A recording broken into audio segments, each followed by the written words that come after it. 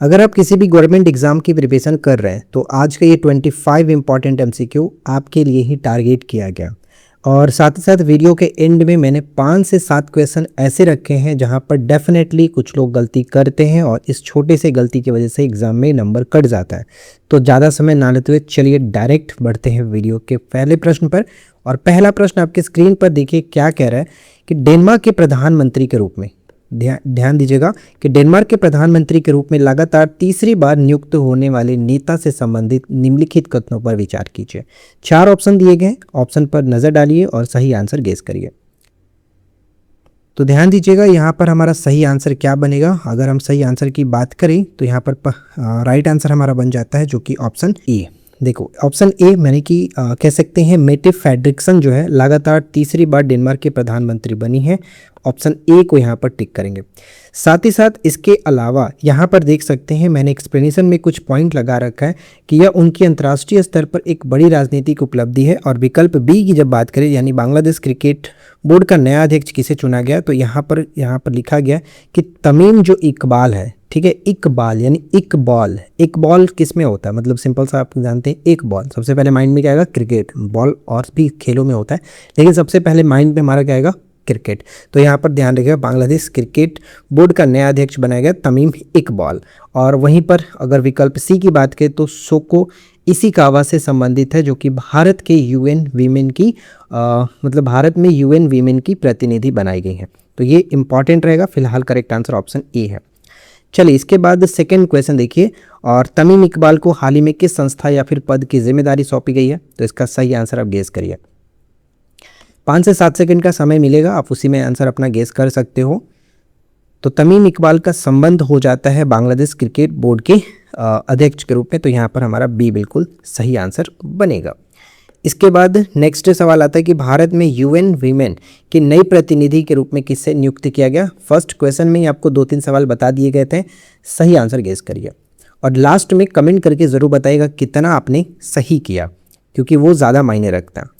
तो यहाँ पर सही आंसर क्या बनेगा, सोको यहाँ पे कह सकते हैं इशिकावा, ठीक है, सोको इशिकावा भारत में यूएन वीमेन की नई प्रतिनिधि के रूप में नियुक्त किया गया। और कैथरीन की बात करें, देखो कैथरीन वाला भी इंपॉर्टेंट रहेगा क्योंकि यूनिसेफ की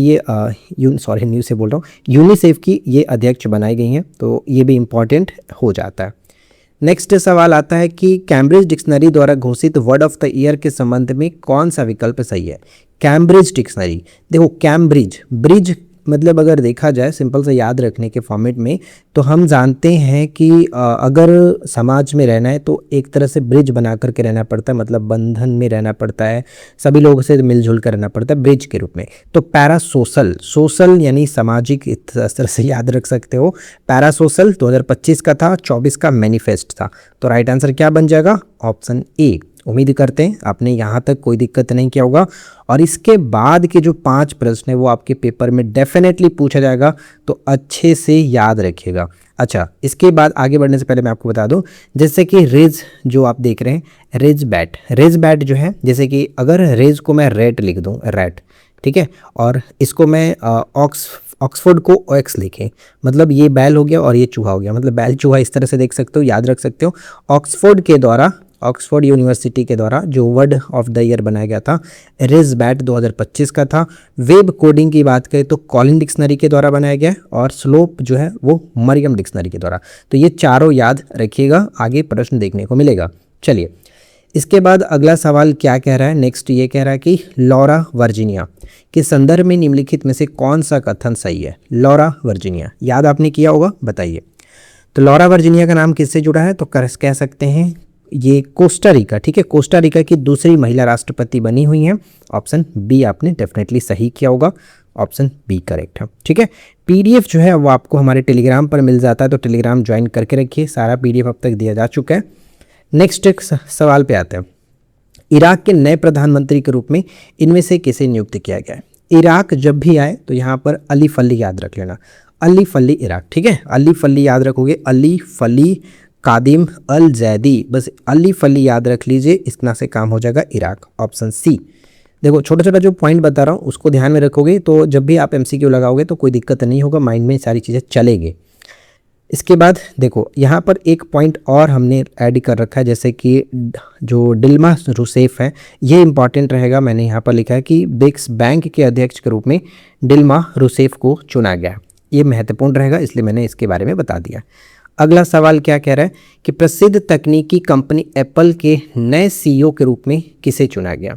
तो एप्पल के नए सीईओ की बात करें तो जैसे कि आपको लगता है कि एप्पल को आप समझ चुके हो, मतलब अगर आपने मान के चलो कि 15 लिया, आईफोन 15 लिया, तो क्या पता चलता है कि अगले साल ही आपका एक नया टर्न आ जाता है, मतलब टर्न याद रख लो, टर्न्स, ठीक है, जॉन टर्न्स, यहाँ पर ऑप्शन बी हो जाएगा, जॉन टर्न्स। इसके बाद नेक्स्ट सवाल क्या कह रहा है, नेक्स्ट कह रहा है कि जिबूती, ठीक है, जिबूती देश के राष्ट्रपति के किसकी नियुक्ति की गई, राष्ट्रपति के रूप में जिबूती, जिबूती, लेह जड़ी बूटी, ऐसे याद रख सकते हैं ना, लेह जड़ी बूटी। तो भाई लेह जड़ी बूटी, देखो यहाँ पर ट्रिक पे मैंने दिया, ले भाई जड़ी बूटी, जड़ी बूटी जबूती, जड़ी बूटी, जड़ी बूटी जबूती, ठीक है, मिलता जुलता थोड़ा बहुत, तो यहाँ पर ऑप्शन ए हो जाता है। याद रखने के लिए किसी भी तरह से याद रखिए, इंपॉर्टेंट रहेगा।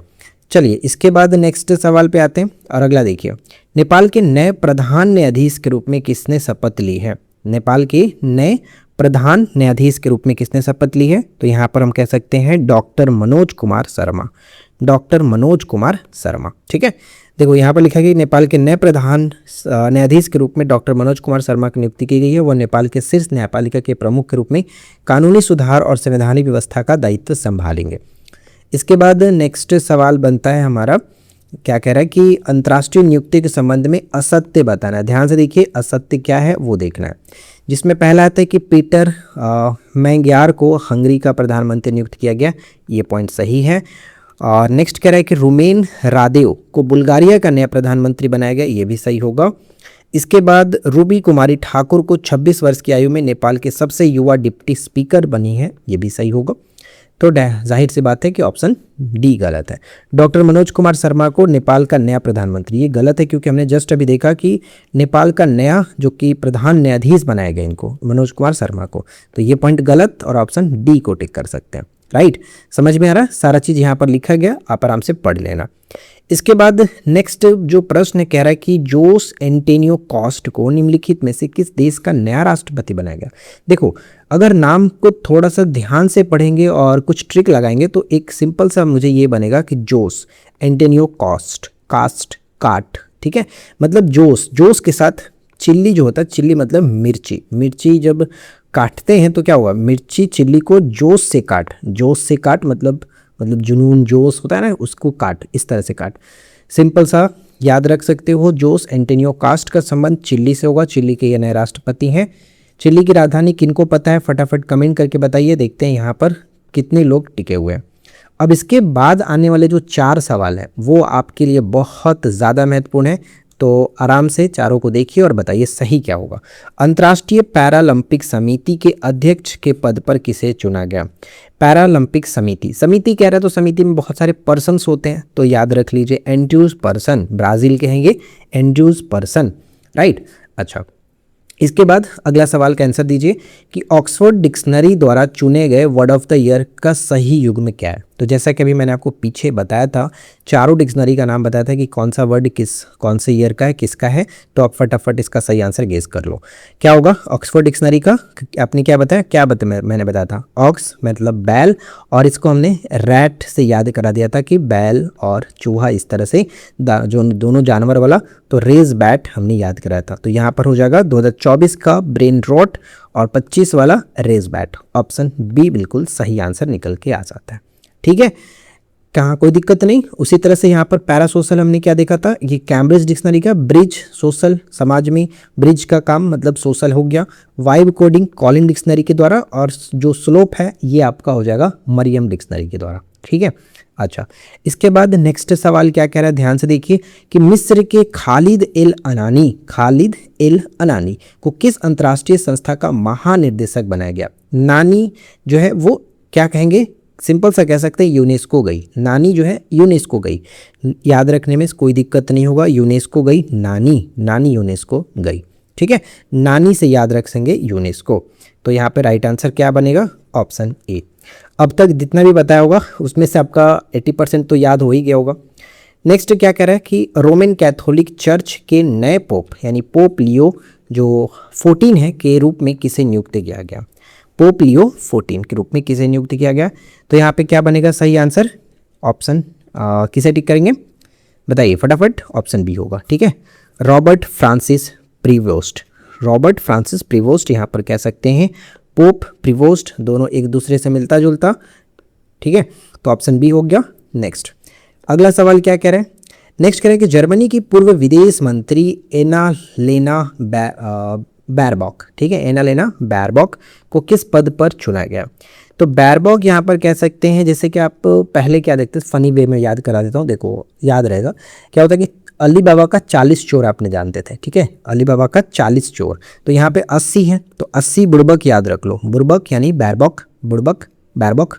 ठीक है, 80 बुड़बक इस तरह से मुझे नहीं पता कि आपको याद होने में क्या समस्या होगा क्या नहीं, लेकिन मुझे तो बस इस तरह से याद रखने में कोई दिक्कत नहीं है। तो यहाँ पर हम बी को टिक करेंगे, और जब ही मुझे ये दिख रहा है तो आराम से मैं इसको याद कर ले रहा हूँ, क्योंकि मैंने ये अपने से खुद बना लिया तो याद रहेगा। तो अगर आपके माइंड में कुछ है तो आप आराम से याद कर सकते हो, या फिर जो मैं बता रहा हूँ उसको माइंड में रख लो, वो उससे भी काम चल जाएगा। नेक्स्ट क्या आता है? संयुक्त राष्ट्र जो सभा के 81वें सत्र के अध्यक्ष के रूप में किसकी नियुक्ति की गई है? 81वें के रूप में यहाँ पे कह सकते हैं खलीलुर रहमान। ठीक है, खलीलुर रहमान बांग्लादेश के विदेश मंत्री। तो ऑप्शन ए यहाँ पर करेक्ट होगा। नकवी का नाम तो आपको पता ही है, क्यों फेमस थे ये, काफ़ी मुझे बताने की ज़रूरत नहीं है। और गैब्रियसियस की बात करें तो गैब्रियसियस, देखो गैब्रियसियस मतलब क्या हो रहा है, घबराहट जैसा लग रहा है, और जब WHO का संबंध जो है, मतलब अगर हेल्थ से प्रॉब्लम रहेगा तो फिर घबराहट तो होगी ही होगी। इस तरह से हम याद रख पाएंगे। राइट, आगे बढ़ते हैं। नेक्स्ट क्या आता है कि एशियाई विकास बैंक के 11वें अध्यक्ष के रूप में किसका चयन किया गया? मैंने पीछे बताया था, अगर आपने ध्यान दिया होगा तो मैंने डेफिनेटली इसके बारे में आपको बताया था कि एशियाई विकास बैंक के जो अध्यक्ष बनाए गए हैं वो कौन थे। तो यहाँ पर मसातो कांडा, अच्छा पीछे मैंने ब्रिक्स बैंक बताया था, सॉरी ब्रिक्स बैंक, तो यहाँ पर कह सकते हैं मसातो कांडा जो कि जापान से बिलोंग करते हैं। राइट आंसर बी होगा। ठीक है, मार्क रूट वाला भी आगे प्रश्न देखने को मिलेगा, तो मैं फिलहाल इसको छोड़ता हूँ। जैसे कि देखो यहाँ पे याद कराता हूँ, ट जो है तो नाटो में भी तो ट है ना, नाटो का नया अध्यक्ष इस तरह से कह सकते हो, नाटो ट।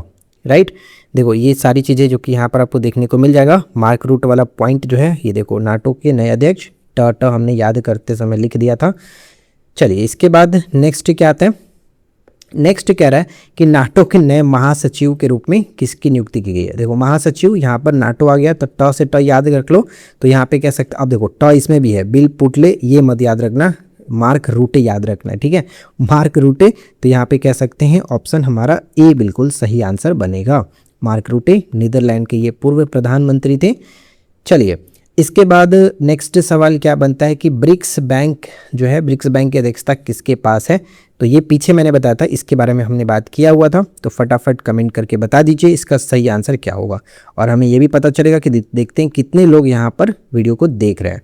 और जितने लोग वीडियो को देख रहे हैं फटाफट से लाइक ज़रूर कर दीजिएगा, क्योंकि बिना लाइक के आप लोग चले जाते हो, वीडियो को शेयर नहीं करते हो, ये बहुत गलत बात है। आप लोगों के लिए वीडियो बनाई जा रही है। नेक्स्ट है कि यूनिसेफ के नए प्रमुख के रूप में किसकी नियुक्ति गई? देखो न्यू सेफ मतलब एक तरह से जब भी सेफ की बात आती है तो क्या मेल के माइंड में आता है? बिल्कुल नहीं, मतलब बहुत गिने चुने मेल हैं, लेकिन खाना बनाने का काम मेनली किसका है? तो ये औरत बना लेती हैं, अच्छे से बना लेती है। तो कैथरीन का नाम याद रख लो, कैथरीन सेफ। ठीक है, कैथरीन जो है यहाँ पर याद रखेंगे, कैथरीन जो रसेल है यहाँ पर इनका नाम याद रखिएगा, कैथरीन रसेल का संबंध हो जाता है यूनिसेफ से। ठीक है, तो यहाँ पर हम बी को टिक करके आगे बढ़ सकते हैं बहुत ही आसानी से। अगला सवाल पे नज़र डालिए, कॉलिंस डिक्शनरी द्वारा वर्ष 2024-25 के लिए क्रमशः किन किन शब्दों को वर्ड ऑफ द ईयर के रूप में घोषित किया गया? तो चारों डिक्शनरी के बारे में मैंने अच्छे से आपके सामने रख दिया था, बता दिया था। कॉलिंस डिक्शनरी का जो आपका वेब कोडिंग है ये हो जाता है, यानी ब्राट 2024 का था और 25 का वाइब कोडिंग है, ये याद रखने का, वाइब कोडिंग। तो राइट आंसर ए को टिक करेंगे। ठीक है, पैरासोशल किसका था? कैम्ब्रिज डिक्शनरी का था। और रेज बैड जो था ये किसका था? तो ये भी हमने ऑक्सफोर्ड डिक्शनरी का याद रखेंगे और ये मरियम वेबस्टर के द्वारा। तो चारों हमने डिस्कस कर लिया है। अब चलिए इस वीडियो का आखिरी सवाल आपके सामने रख रहा हूँ, जिसका सही आंसर खुद आपको देना। मरियम वेबस्टर डिक्शनरी द्वारा 24-25 का वर्ड ऑफ द ईयर किसे घोषित किया गया।